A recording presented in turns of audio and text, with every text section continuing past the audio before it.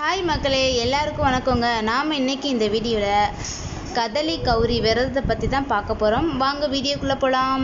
விரதத்தை திருமணமான பெண்கள் கடைபிடிக்கிறது மிகவும் சிறப்பு வாய்ந்தது. கன்னி பெண்களும் இந்த விரதத்தை மேற்கொள்ளலாம்.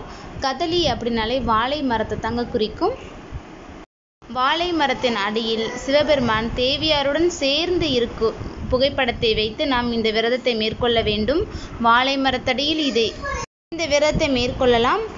இல்லைனாலும் வீட்டுக்குள்ள ஒரு மேடை அமைத்து அதன் மேல் வாழை இலையை வைத்து அந்த வாழை இலையில் சிவபெருமானும் தேவியாரும் சேர்ந்து இருக்கும் புகைப்படத்தை வைத்து இந்த பூஜை முறையை நாம் மேற்கொள்ளலாம். இந்த பூஜையை மாலை 6 மணியிலிருந்து 8 மணிக்குள் நாம் செய்ய வேண்டும்.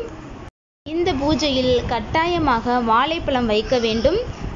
பூஜையை நம்ம செய்கிறதுனால எண்ணற்ற பலன்கள் நமக்கு கிடைக்கும். நம்ம என்ன பிரார்த்தனை நினைத்து இந்த பூஜையை செய்கிறோமோ அது கண்டிப்பாக நிறைவேறும். திருமணமாகாதவர்களுக்கு திருமணம் கைகூடும்.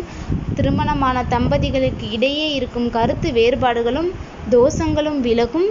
முக்கியமாக நமது ஜாதகத்தில் சுக்கிரனால் ஏற்படும் கலத்திர தோஷம் இருந்தால் அதுவும் நீங்கும் அப்படிங்கிறது ஒரு ஐதீகம். குழந்தை பாக்கியம் கண்டிப்பாக கைகூடும். கணவருக்கு நல்ல வேலை வாய்ப்பு அமையும். பதவி உயர்வு கிடைக்கும் அப்படின்னு எந்த வேண்டுதல்களை நம்ம வைத்தாலும் அது கண்டிப்பாக நிறைவேறுங்க.